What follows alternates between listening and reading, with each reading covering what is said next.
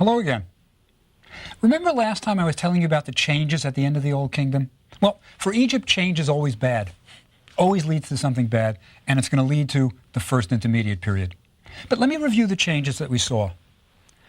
The last king of Dynasty 4 didn't even build a pyramid. Shepsefkaf, remember, builds the Mastabad al-Farun in the desert. And then, 5th dynasty, we get kings changing their names to have Ra at the end, or Re, solar gods. They build temples rather than big pyramids. They're building solar temples. There are all kinds of changes. The last king of Dynasty 5 starts putting pyramid texts on the walls. I think the priests are controlling things.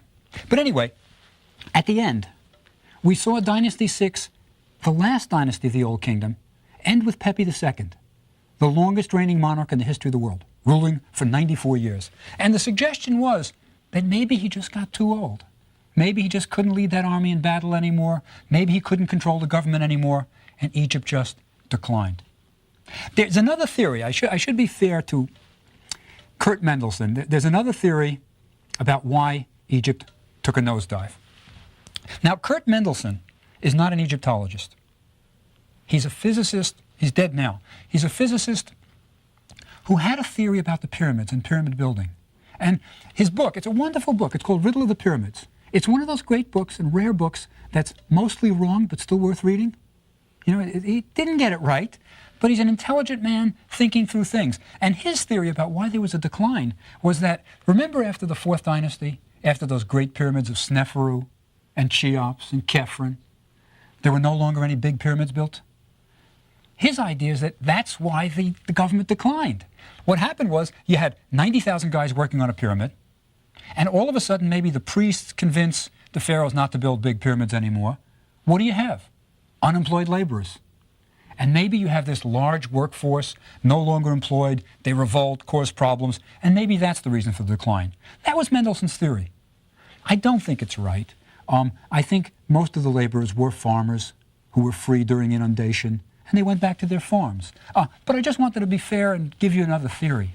So, in any event, the Old Kingdom ends with a lot of changes and a decline.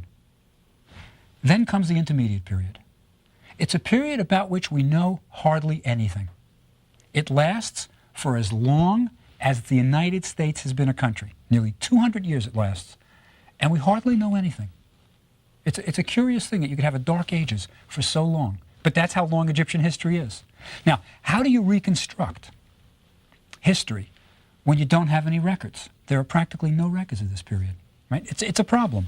Because remember, it's the government that kept the records in ancient Egypt. Private people didn't keep records. Private people couldn't write most of them. Well, we use various sources.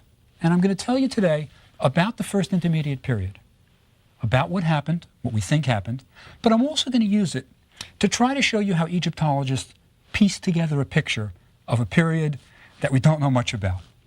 One source. It's called Manetho. He's a priest. He's an Egyptian priest who was alive at the time of the Ptolemies. Now, these are the Greeks who ruled Egypt at the very end of the civilization. Manetho was alive in the 3rd century BC, and he wrote a history of Egypt called Egyptiaca, Egypt, about Egypt. Now, the virtue that Manetho has is he's an Egyptian priest. He's an insider. He had access to temple records. He could read the hieroglyphs. So he's going to write a history of Egypt. But it's called Egyptiaca. That's Greek. Now, why is he writing in Greek? Well, the answer is that Egypt is being controlled by Greeks. He is writing for his king, who's a Greek. So he writes a history of Egypt in Greek so that the pharaoh, Ptolemy II, can read it, and he can read about the glorious history of Egypt. Now, what does Manetho, our source, say about this First Intermediate Period? What does he say about it? Well, first of all, we don't have the original text of Manetho. His original work is lost, but he's quoted all the time in later historians, guys like Eusebius and Africanus, later historians. And we have their quotes. What did Manetho say? He says of the Intermediate Period, there were 70 kings in 70 days. What does he mean? Now, first of all, I'm pretty sure he didn't mean it literally. It's a very high turnover of pharaohs. What he probably means is that there were many pharaohs who didn't reign very long, that these were kings who didn't last. That's one possibility. Almost always in Egyptian civilization, when you get kings with short reigns, coming one after the other, it's a sign that there's something wrong. Stability is when you get a king reigning for 20 years, another 20 years, 10, 15 years. But when you get short reigns, there's a problem. So Manetho says 70 kings in 70 days, maybe short reigns. I'll give you another possibility. There may have been simultaneous kings. There may have been, for example, as you remember, the capital is Memphis in the north. You may have had people in the north claiming to be king. That could be. And then in the south, you may have other people who are kind of ruling in the south saying, I'm king. So you may even get simultaneous kings. Right? So there's a lot of possibilities here, a lot of possibilities. One thing we know about the intermediate period is the capital changed. At some point, see, dynasties 6 and 7 are in the intermediate period. They're in Memphis. But then the capital moves south to a place called Heracleopolis. Now, Heracleopolis is the Greek name that the Greeks called it. They associate it with their god Heracles. So it's Heracles City. But in ancient Egyptian times, during the intermediate period, there was a god there called Hereshef, who was a ram-headed god. And we know the capital moved from Memphis to the south, Heracleopolis. That suggests something big happened. Either the kings couldn't rule anymore in Memphis, there's a takeover, the priests have said the gods are more important here. I mean, it's a big deal to move a capital. Think about moving our capital from Washington, D.C. I mean, you know, Egypt had a big bureaucracy, believe me. And it wasn't an easy thing. The records were in Memphis, the scribes were in Memphis. It was a big deal. So there may have been kings all over the place. We just don't know. But Manetho is a key source. 70 kings, 70 days. That's all we know.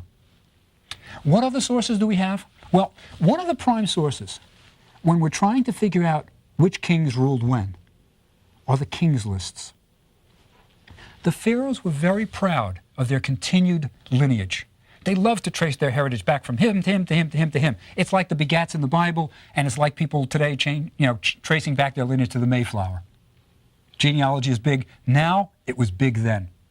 Now, the kings lists were carved on temple walls often, or even just on stones, sometimes written on papyrus, listing all the previous kings. So as soon as you became king, you started writing, well, I'm now, and before me was so-and-so, before me was so-and-so, before me, and you trace it back as much as you can. Right? Now, we have lots of these kings lists. One is called the Palermo stone. It's fragments. It's just pieces. But it's a long, dark stone that has carved on it the reigns of pharaohs and even things that happened during their reigns. So it's an important source for us. But the problem with the Palermo stone is the intermediate period begins with Dynasty 7.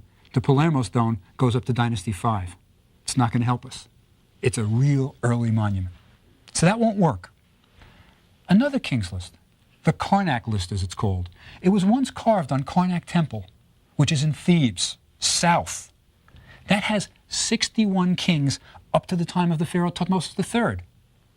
But it doesn't tell us anything about the intermediate period. It doesn't help. Now there's another one, maybe one of the best, is the Abydos kings list.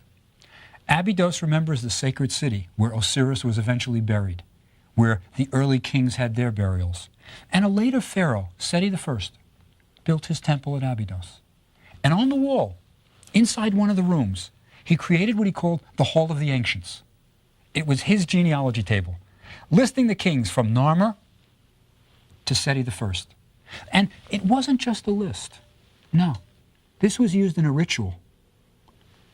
Once a year, the pharaoh would come into this Hall of the Ancients, and he would look at this list of kings' names, and he would start to read them. Now, why is he reading the names of the kings? Well, above the kings' names is a prayer. And the prayer says, may the king grant a wish to Anubis, and it's a funerary prayer, and it says, may the god give bread and beer, food, cattle, geese, and oxen, all things good and pure upon which the god lives. May he give all these things to these kings. So by reading the names of these kings, they're going to get food, bread, beer, clothing, alabaster, linen, everything needed in the next world. So a king's list is important, but it doesn't help us with the intermediate period. We still really don't know. The one that would have helped us most is the Turin Papyrus. It listed originally 300 kings. We can tell by its length. But it was written on papyrus, and the papyrus is badly damaged, and we just really can't reconstruct the intermediate period from there. It's a problem. So the kings list don't help us much.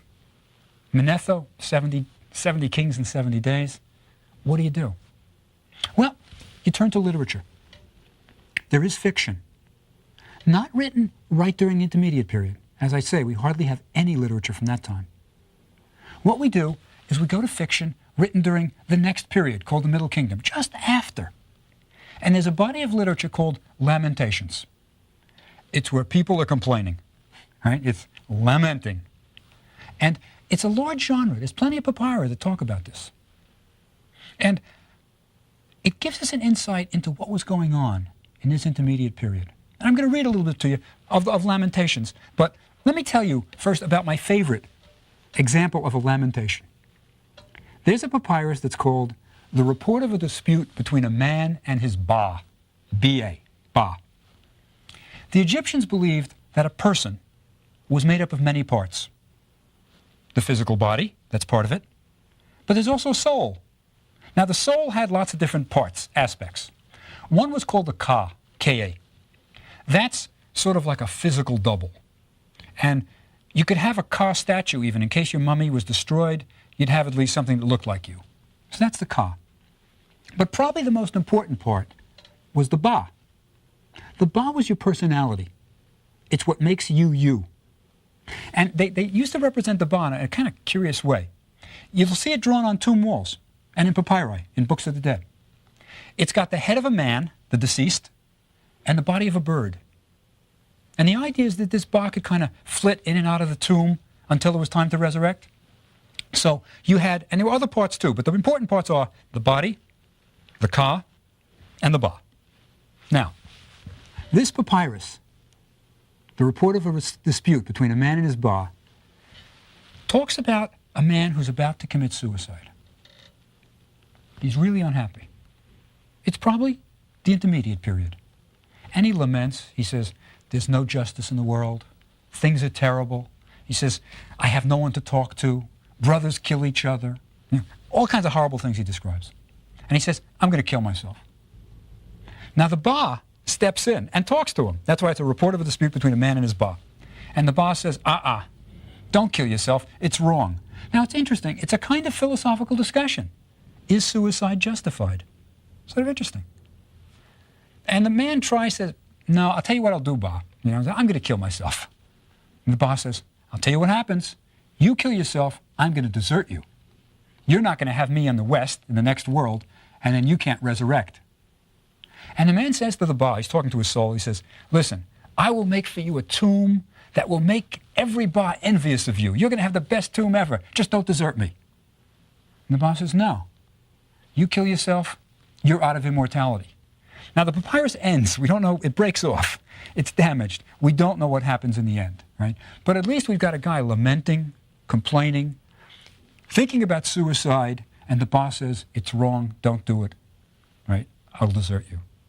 Now, that's a lament. It's my favorite because it's kind of personalized.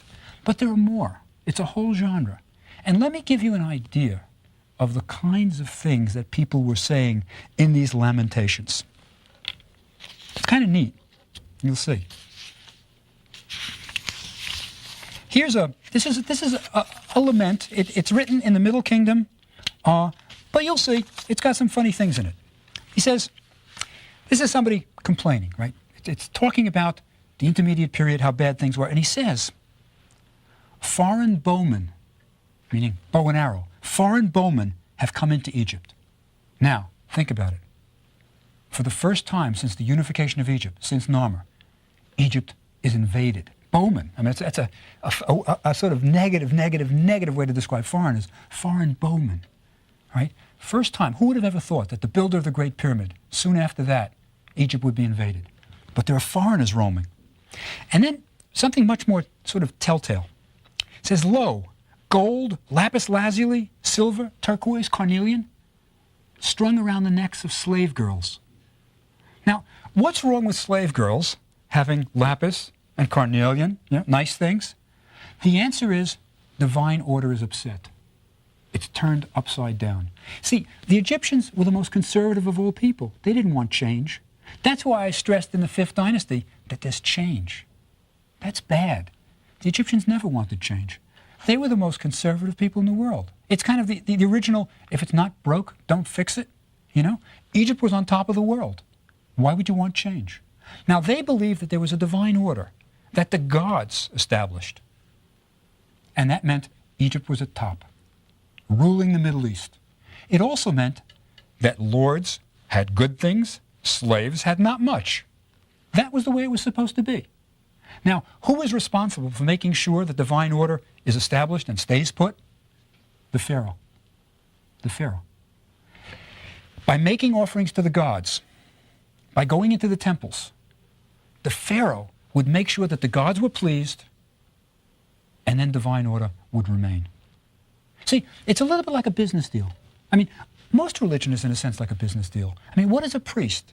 It's somebody who intercedes for you to the gods. He's a businessman carrying out the transaction. And that's what the Pharaoh was. He was carrying out the transaction of making sure that his country, was getting its fair share. So when the Pharaoh went into battle, he would come back with lots of booty, and he would give its share to the temple. And then the temples would look on Egypt, and divine order would be restored. But, we've got slave girls wearing lapis. That's not right. That's not right. Everything had its place. You know what it's a little bit like? In Elizabethan times, during the time of Shakespeare, there was the belief in the great chain of being, that everything had its place. And they drew up these long diagrams of how the world was structured according to God's plan. At the top, of course, is God. Beneath God are angels. There's seraphim and cherubim. These are orders of angels. And beneath the angels, you've got man. And of course, there's a hierarchy there. At the top, you've got the king. And beneath him, the lords. And beneath them, the peasants. It goes all the way down. Beneath man, you've got the plants and animals. There's a king of the animal world, the lion. And you've got lions going down. And then you've got the plants. Now, I don't know what the king of the plants is. Maybe it's broccoli. I don't know. But then beneath the plants, but they're alive plants, you have the minerals, the lowest of the low, the insensitive things, right? So there was a sense that everything in its place. There was an order, a divine order. And that's exactly what the Egyptians believed in. Divine order. They called it Ma'at. Ma'at was a goddess, but also she represented truth, justice, and order, right? She's often shown, by the way, with a feather on top of her head. That's the hieroglyph for true. Means truth. Also justice. So there was this divine order, and that's what they were upset about. Divine order was turned upside down.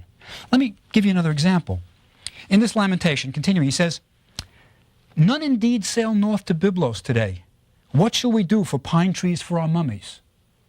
Now, what does that mean? Well, what it means is he wants the great old days of Sneferu, when Sneferu sent out expeditions to Lebanon, to Byblos. That's what he's looking for. He's looking for the good old days. Now, why do you need pines for mummies? The answer is pine trees were the source of resin. And in order to make a good mummy, you needed resin. After you dehydrated it, you covered the face with tree sap to kind of seal it in. And resin was the way you stuck it together. The mummies were wrapped in bandages, but they didn't have regular glue. They used tree resin. So when he says, "None indeed sail north to Byblos today," he's really saying, it's not like the good old days of Sneferu. And that's what he wanted, the good old days of Sneferu. So things are really bad. And he says, this lamentation, what shall we do about it? All is in ruin. I mean, things are really bad. He says, "Lo, every have-not is one who has." That's just the wrong thing. There's no more sense that, you should really give to the poor or anything like that. No, the poor are supposed to be poor. That's what they're there for. And he's got loads of interesting little tidbits. He says, "Lo, those who were entombed are cast on high ground." What he means, right, is that people are robbing the tombs, right? They're robbing tombs, taking the bodies out, and casting them up. Remember, tombs are down in the ground, and people are going into the tombs, taking and throwing them out, right? You know, to this day, there's a parallel to that in Egypt. The ancient Egyptian word for a cemetery was often the city of the dead. They called it that, houses of the dead. And today in Egypt, there's a city of the dead. It's the modern cemetery in Cairo. And housing is so bad in Cairo that there's something like 500,000 people living in the tombs in the cemetery in Cairo called the city of the dead. And it's acknowledged by the government even because they've run in electricity for these people, so they just live in the tombs. So some things never change. But he goes on, he talks about this inversion of wealth. He says, wearers of fine linen are beaten with sticks, right? Not very good. And he continues, he says, ladies suffer like maidservants, right? I mean, the idea is that maidservants are supposed to suffer. That's their place in life, right? And he says, lo, all maidservants are rude in their speech. When the mistress speaks, it irks the servants, right? Things are bad. Now, this is just one example of Lamentations. There's another one which is called the Prophecies of Nefertiti, and it's supposed to take place in the time of Sneferu. Now remember, Sneferu is my hero. He's the one who shows Egypt how to build the pyramids. But he's also the guy that they all look back to as the great days. I'll tell you, 1,000 years after Sneferu was dead, 1,000 years after Sneferu was dead, when a pharaoh did something great, they said, not since the time of Sneferu has its like been done.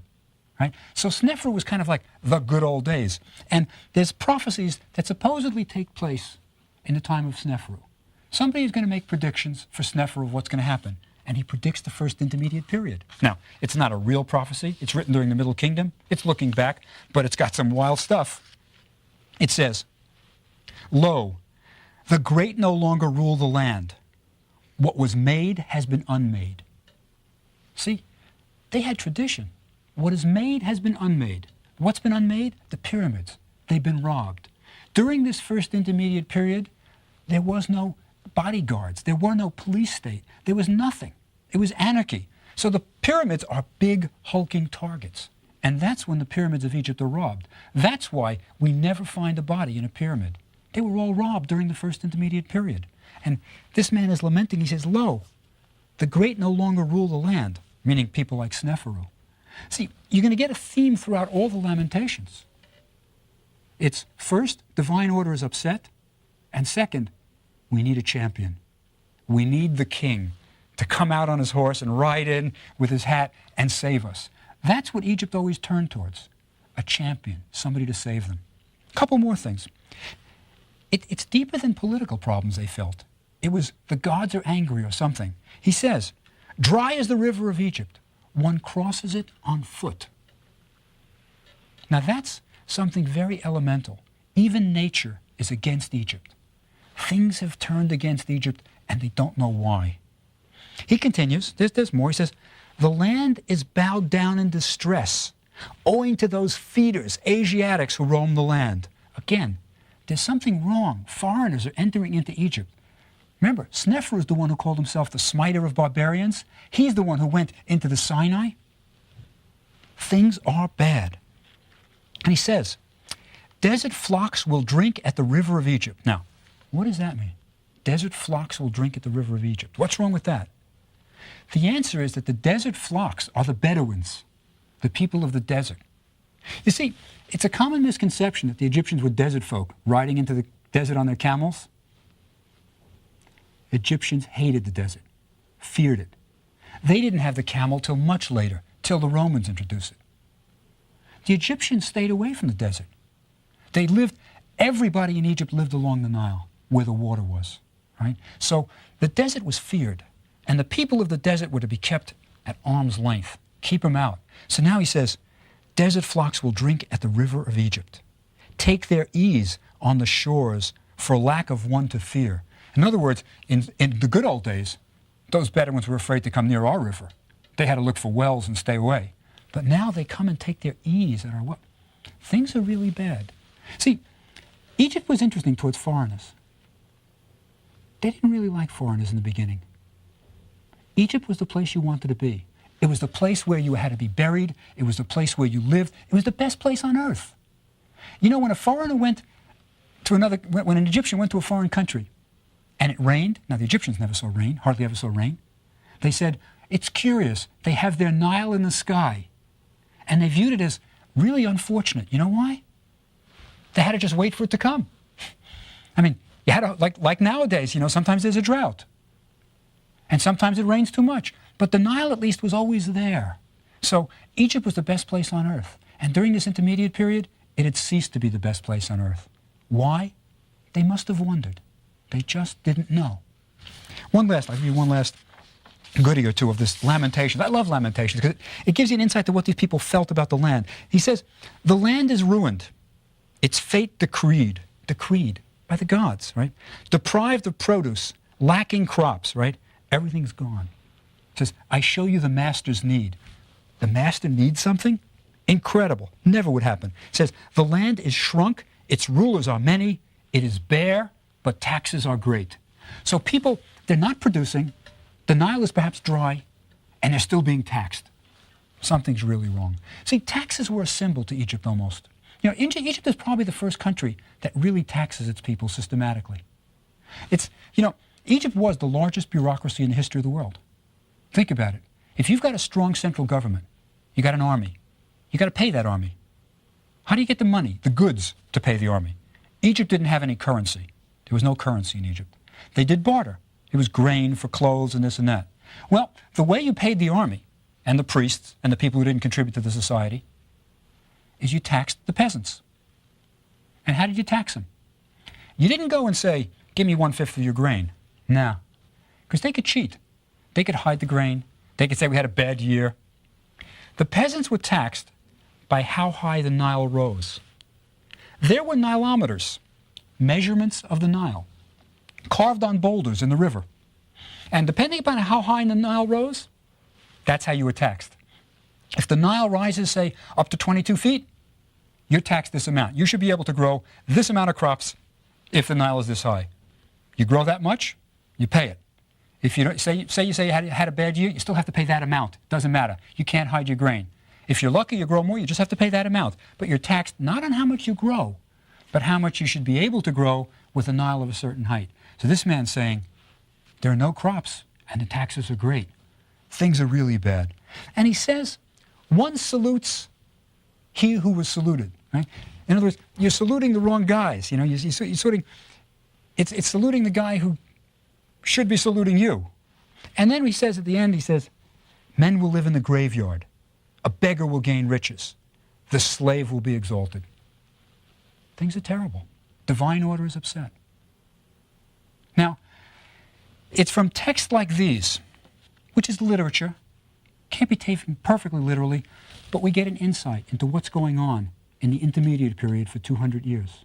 Now, why do we have to go to texts like these? Well, one thing is that we don't have the official records. Another is that Manetho, our good source, is very scant, 70 kings in 70 days. And there's another reason. You know, the kings list didn't help us much. But the other reason is that in the beginning of this intermediate period, the capital was at Memphis, in the north. And Memphis is a lost city. See, the water table is higher in Memphis. And that means that buildings sink down. It means that papyrus, on which records are written, rots in the moisture. And if you try to excavate at Memphis, it's very difficult. You dig down 3 feet and you're in water. You're in water. It was excavated by Flinders Petrie, my man, the excavator in the 19th century, and he went around with an iron rod poking in to feel where the stones were under the mud, and then tried to get the mud out, dig up a stone. But most of Memphis is under the mud. It's gone. It's a lost city. So when I tell you the history of Egypt, I'm really not telling you, in a sense, the history of Egypt from the north. What we know is the history of Egypt from the south, where it was always dry and we have more records. It's kind of like looking under the lamppost for your watch, even though you didn't lose it there because the light's there. It's all we have really are southern records. So another reason why the intermediate period is so difficult to study is the capital, Memphis, is gone. Now, there's good news. For nearly 200 years, Egypt was in this period of anarchy. The good news is it rises again. It comes out of the mire. We're going to get the champion that they want to unify Egypt. But that's for next time. I'll see you then.